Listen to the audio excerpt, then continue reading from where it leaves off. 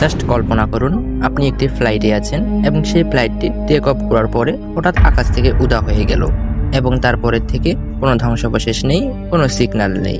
তারপর পুরো 37 বছর পর সেই একই ফ্লাইট আবার ফিরে এলো একদম আগের মতো, একই ক্রু, একই যাত্রী নিয়ে। শুনতে অবিশ্বাস্য লাগলেও প্যান আমেরিকান ফ্লাইট 914 সাথে ঠিক এমনই একটি ঘটনা ঘটেছিল বলে দাবি করা হয়। এই ঘটনাটি কোনো সাধারণ প্লেন ক্র্যাশের গল্প নয়, এটি এমন একটি গল্প যা রহস্য আজ মাথা ঘুরিয়ে দেয়। আজকের ভিডিওতে আমরা পুরো ঘটনাটি শুরু থেকে শেষ পর্যন্ত জানবো, কিভাবে একটি বিমান হারিয়ে গেল আর কিভাবে সেটা 37 বছর পর অদ্ভুত রূপে আবার সবার সামনে এলো। আসসালামু আলাইকুম আজকে আমরা কথা বলবো প্যান আমেরিকান ফ্লাইট 914 নিয়ে, যেটি 1955 সালের 2 জুলাই নিউ ইয়র্ক থেকে মায়ামির উদ্দেশ্যে রওনা দিয়েছিল, কিন্তু কখনোই তার গন্তব্য পৌঁছতে পারেনি। সকাল তখন 7টা। নিউ ইয়র্কের গ্যালোরিয়া বিমানবন্দরে আস্তে আস্তে ভিড় জমতে শুরু করেছে। যাত্রীরা লাইনে দাঁড়িয়েই বোর্ডিং করেছে। কেউ কেউ বিমানে উঠে নিজের সিটে বসে পড়েছেন, আবার কেউ বাইরে দাঁড়িয়ে পরিচিতদের সাথে শেষ পর্যন্ত কথা সেরে নিচ্ছেন। ফ্লাইটে মোট 57 জন যাত্রী আর 4 জন ক্রু সদস্য ছিলেন। ককপিটে বসে ক্যাপ্টেন সিজি টেলর প্রতিটি ইনস্ট্রুমেন্ট মনোযোগ দিয়ে চেক করেছিলেন। এটা ছিল একেবারেই সংক্ষিপ্ত আর স্বাভাবিক একটা ফ্লাইট। গন্তব্য ফ্লোরিডার মায়ামি। সময় লাগার কথা মাত্র 3 ঘন্টা। আকাশ পরিষ্কার, বিমানে কোনো টেকনিক্যাল সমস্যা ছিল না, সবকিছুই নিয়ন্ত্রণে। সকাল 9:55 ফ্লাইট 914 উড্ডয়ন করে। কয়েক মিনিটের মধ্যেই নিউ ইয়র্কের উঁচু দালানগুলো পিছনে ফেলে বিমানটি আটলান্টিক মহাসাগরের উপর দিয়ে উঠতে থাকে। যাত্রীদের মুখে তখন প্রশান্তির চাপ।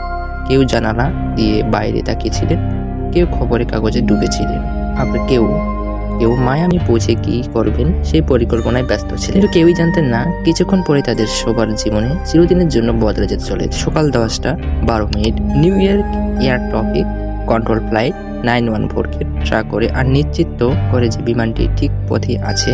সবকিছু তখনও পুরোপুরি স্বাভাবিক, কিন্তু মাত্র 3 মিনিট পরে সকাল 10:15 ঘটে যায় এক অদ্ভুত কাণ্ড।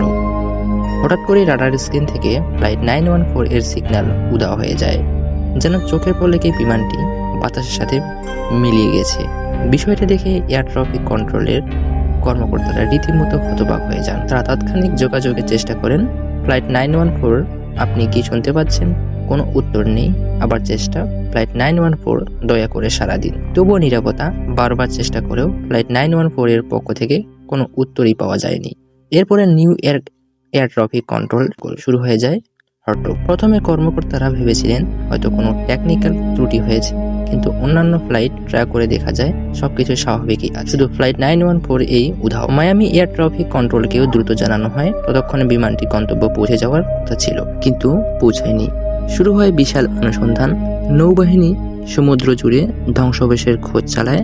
আশেপাশের সব বিমান সংস্থার কাছে জানতে চাওয়া হয় তারা আকাশে অস্বাভাবিক কিছু দেখেছে কিনা, কিন্তু কোথাও কোনো চিহ্নই মেলে না। শেষমেশ প্যান আমেরিকান এয়ারলাইন্স একটি বিবৃতি জারি করে 57 জন যাত্রী আর 4 জন ক্রু সদস্য নিয়ে ফ্লাইট 914 রহস্যজনকভাবে নিখোঁজ। সম্ভাব্য সব জায়গায় খোঁজা হয়েছে, কিন্তু কোনো ধ্বংসাবশেষ পাওয়া যায়নি, তাই একে দুর্ঘটনা হিসেবেই ধরে নেওয়া হচ্ছে। কিন্তু আসল প্রশ্নটা তখনও থেমে যায়, বিমানটি কি সত্যিই বিধ্বস্ত হয়েছিল নাকি অন্য কোনো সময় আর স্থানে আটকা পড়েছিল? এই প্রশ্নের উত্তর কারো কাছে ছিল না। এভাবেই কেটে যায় বছরের পর বছর। যাত্রীদের মৃত ঘোষণা করা হয়। ফ্লাইট 914 এর কথা মানুষ প্রায় ভুলে যেতে থাকে। ঘটনাটা ইতিহাসের পাতায় হারিয়ে যায় একটা সাধারণ মর্মান্তিক দুর্ঘটনা হিসেবেই। তারপর 37 বছর পরে 1992 সালে 21 সেপ্টেম্বর ভেনেজুয়েলার কারাকাস বিমানবন্দরে ঘটে এমন কিছু যা সেখানে উপস্থিত সবাইকে হতবাক করে দেয়। সেদিন কারাকাস এয়ার ট্রাফিক কন্ট্রোল প্রতিদিনের মতোই ব্যস্ত ছিল। প্রায় প্রতিটি ফ্লাইট নিয়মমাফিক পর্যবেক্ষণ করা হচ্ছিল। হঠাৎ রাডার স্ক্রিনে ভেসে ওঠে এক অজানা সিগন্যাল। ডিউটিতে থাকা অফিসার জোয়ান দে লা কোর্টে স্ক্রিনের দিকে মনোযোগ দিয়ে তাকান আর দেখেন বিমানটা সরাসরি কারাকাসের দিকেই এগিয়ে আসতেছে, কিন্তু তাদের কাছে এই বিমানের কোনো তথ্যই নেই। তিনি সহকর্মীদের ডাকেন, জিজ্ঞাসা করেন এটা কোন ফ্লাইট। খোঁজ নিয়ে দেখা যায় বিমানের মডেল নম্বর বের হয়ে তখন সবার মুখে বিস্ময় আর ভয় ফুটে ওঠে। এটা কোনো আধুনিক বিমানই নয়, বরং 1950-এর দশকে একটি পুরনো ডগলাস DC-4। কন্ট্রোল টাওয়ারে তখন চরম উত্তেজনা। তারা যোগাযোগের চেষ্টা করে বলে, অচেনা বিমান, দয়া করে আপনাদের পরিচয় দিন। কয়েক সেকেন্ড কোনো সাড়া নেই। সবাই চিন্তিত হয়ে অপেক্ষা করেছেন। ঠিক তখনই রেডিওতে ভেসে আসে ভাঙ্গা এক কণ্ঠস্বর, এটি pan American flight 914 new York থেকে মায়ামি যাচ্ছে। আমরা কি মায়ামিতে পৌঁছে গেছি? কথাটা শোনা মাত্রই জোয়ান দে লা কোর্টে আর বাকি অফিসারদের মাথায় যেন আকাশ ভেঙে পড়ে। কাপা কণ্ঠে অফিসার জানান এটা মায়ামি নয়, ভেনেজুয়েলার কারাকাজ এয়ারপোর্ট অর্থাৎ ফ্লাইট 914 তার গন্তব্য থেকে প্রায় 2200 কিলোমিটার দূরে চলে এসেছে। পাইলট তখনও পর্যন্ত জানতেন না যে তিনি 37 বছর পর কারাকাজে অবতরণ করতে চলেছেন। কথাটা শুনে তিনি প্রথমত ঘাবড়ে গিয়ে দ্রুত ল্যান্ডিং এর অনুমতি চান। কন্ট্রোল দ্রুত অনুমতি দেয় আর বিমানটি কারাকাজে এয়ারপোর্ট অবতরণ করে। কিন্তু বাইরের দৃশ্য দেখে পাইলট নিজে অবাক হয়ে যান। চারপাশের বিমানগুলো একদম নতুন, আধুনিক দেখতে।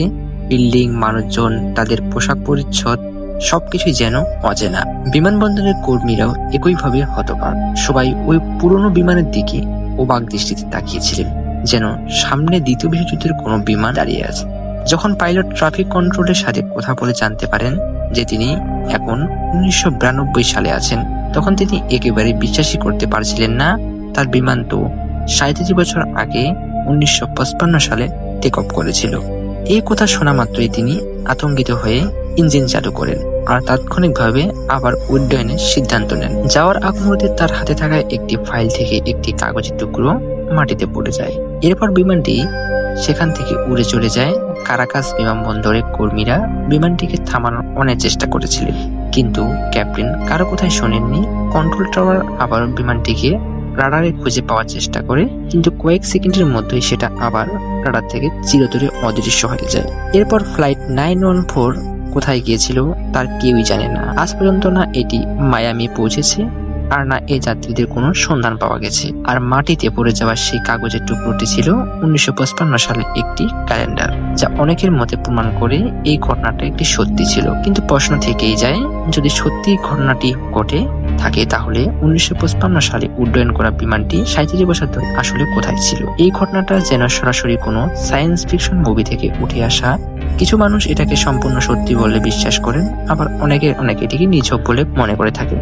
দশকের পর দশক ধরে ফ্লাইট 914 মানুষের মনে কৌতূহল আর রহস্যের জন্ম দিয়ে আসছে। কিন্তু প্রতিবেদন বলছে এই গল্পটি উৎপত্তি 1980-এর দশকে একটি আমেরিকান ট্যাবলয়েড সংবাদপত্রের মাধ্যমে, যা সময়ের সাথে সাথে রহস্য চাদরে মোড়া হয়ে আজও ছড়িয়ে আছে। তো আপনারা কি মনে হয়, ফ্লাইট 914 কি সত্যি আবার কোনোদিন পৃথিবীতে ফিরে আসবে, যেমনটা 37 বছর পর 1992 সালে ফিরেছিল বলে দাবি করা হয়? আপনার মতামত অবশ্যই কমেন্টে জানাবেন। আজকের ভিডিওটি এই পর্যন্তই। ভিডিওটি ভালো লেগে থাকলে চ্যানেলটি সাবস্ক্রাইব করে ফেলুন, আর নতুন হয়ে থাকলে এখনই সাবস্ক্রাইব করে সাথে থাকুন। দেখা হবে পরের ভিডিওতে। আল্লাহ হাফেজ।